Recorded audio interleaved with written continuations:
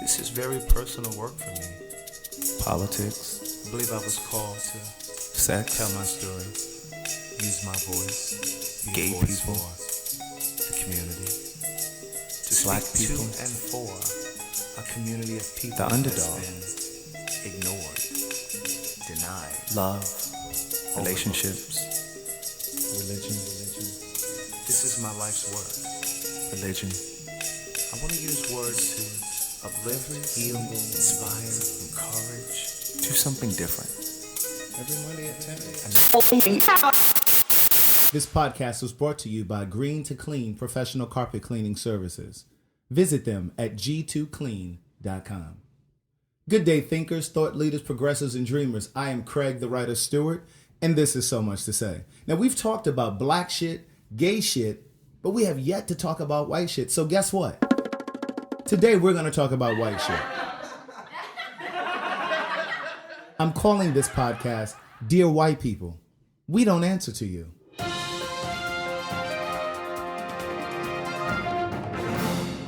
This podcast is not for the faint at heart. So do not email me. Do not message me on my social media. And again, do not give me your complaints because this isn't about you.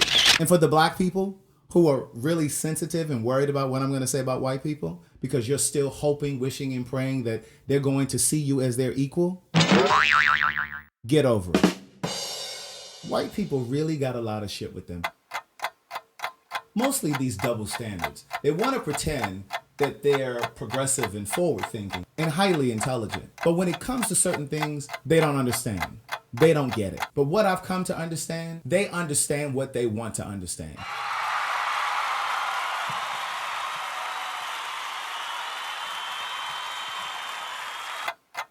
They see what they want to see. Because when Mike Vick was down there in Virginia fighting dogs, they understood that. They knew full well what was happening with those dogs. They were compassionate, outraged. But when it comes to black folks getting shot down in the street like dogs, they don't understand what happened. They need more proof. Well, what happened before the video started? We don't know what happened on the dash cam before the recording started. Really? You mean to tell me you have more compassion for animals than you do people, black people? And let's not forget Harambe. White folks were outraged because he was shot down to save this little black boy. But let's talk about the Obamas for a moment. When Michelle Obama was the first lady of the United States, she was often criticized for not smiling enough and not being congenial. How many times has the current first lady smiled? I'll wait. Oh, yeah, there was that one time that she greeted the Pope. And God forbid if Michelle Obama had smacked President Obama's hand when he reached for her hand, we would have never heard the end of it. But let's go back to the Trump campaign. Some of the egregious things that he said during his campaign about Mexican people and black people. If President Obama had said any of those things about any people, he would have never made it into the Oval Office. Nevertheless, he was persecuted because he was a member at Jeremiah Wright's church in Chicago. And because Jeremiah Wright said some things about white people, which happened to be true, President Obama was held responsible. And he had to distance himself from Jeremiah Wright. Fast forward to the current administration. White folks are outraged because black folks are saying fuck Trump. White folks are outraged because Snoop Dogg depicted Trump in a music video getting assassinated. White folks are outraged because Kathy Griffin is holding a decapitated Trump head. Y'all some hypocritical motherfuckers. Where were you when all of this was happening with President Obama? Where were you when there were caricatures of him holding a sign that said, "Pray for assassin"?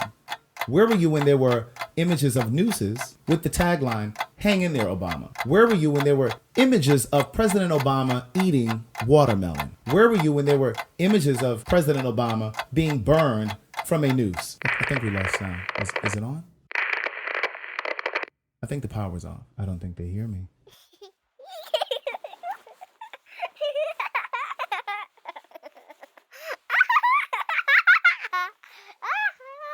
But what bothers me beyond all of that, is how white people are so arrogant to believe that they've worked for everything that they have.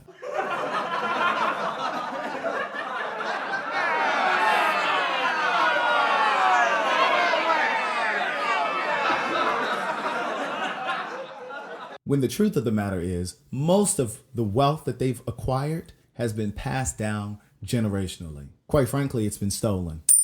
Here's just one example. I'm sitting at home watching Antique Roadshow. This dowdy, middle-aged white woman shows up with a floor pot. The appraiser asks her, "What do you know about this pot? What do you know about this piece?" Of course, she says she had no idea the value of it.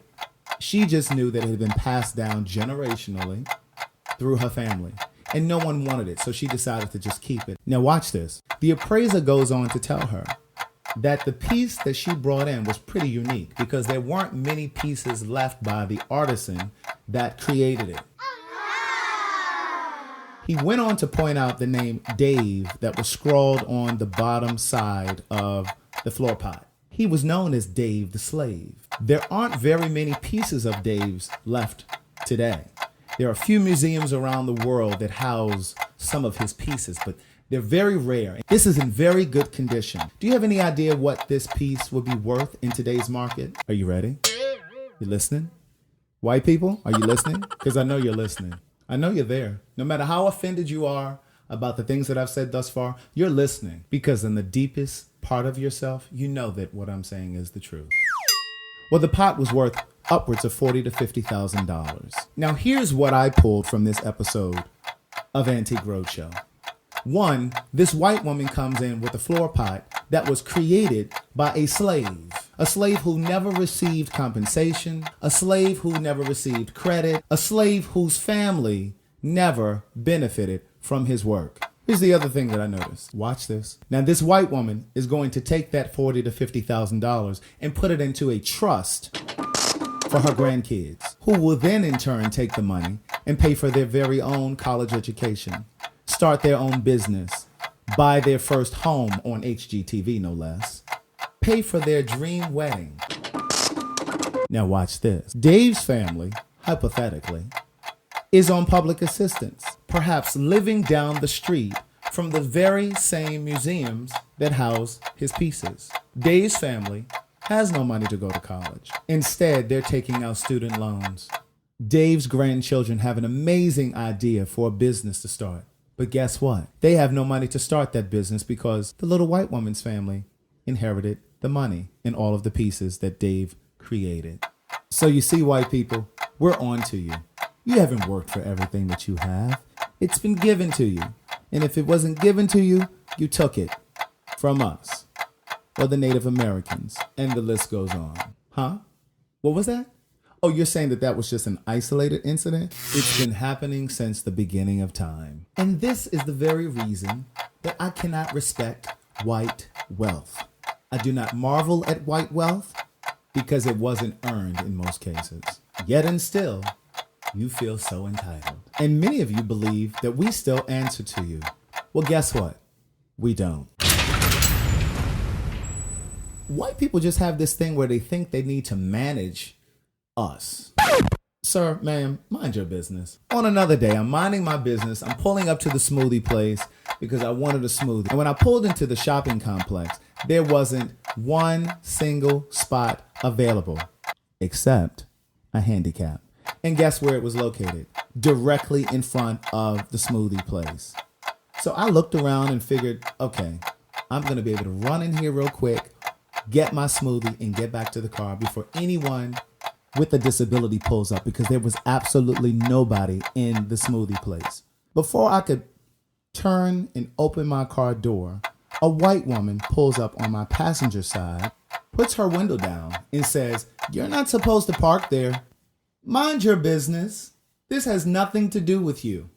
Well, I'm going to call the police. You can call anybody you want to call, because by the time they get here, I'll be gone. On another random day, I'm sitting at a traffic signal, minding my business in my car. Windows up, it's hot outside. I got the AC on. I'm holding my cell phone in my car because I'm speaking on the speakerphone. I happen to look to my right because I see something out of my peripheral vision just kind of like flagging me. So I look over, there's this white woman sitting in her car, looking at me, holding this church fan, and she's swinging this church fan back and forth across her face. I squint to see what the sign says, and on the sign, on the church fan, don't text and drive. Wait, what? Let me go back. Now listen, I understand the sentiment, but ma'am, please, mind your business. I put my window down, and I kept beckoning for her to put her window down because I had an earful for her. Needless to say, she wouldn't put her window down because I was going to light her up. Instead, I spoke really slowly, and I overpronounced my words so that she could read my lips. Mind your business. I was minding my business one afternoon. I had just come from voting, and my voting poll was at a church. And there was a sign outside of the church that said the parking was exclusively for people coming there to vote. Well, I was within my rights to park there because that was my voting poll. As I'm leaving the voting poll to get into my car, I hear this white man screaming from across the parking lot. And I'm trying to hear what he's saying because I hear the bustle of the traffic and cars and buses going by. And I'm trying to make out what he's saying. Finally, I hear him say, "You're not supposed to park here. This is for voters only." I was leaving the voting poll when he saw me. Before I knew it, I heard myself say, "Mind your business." Motherfucker.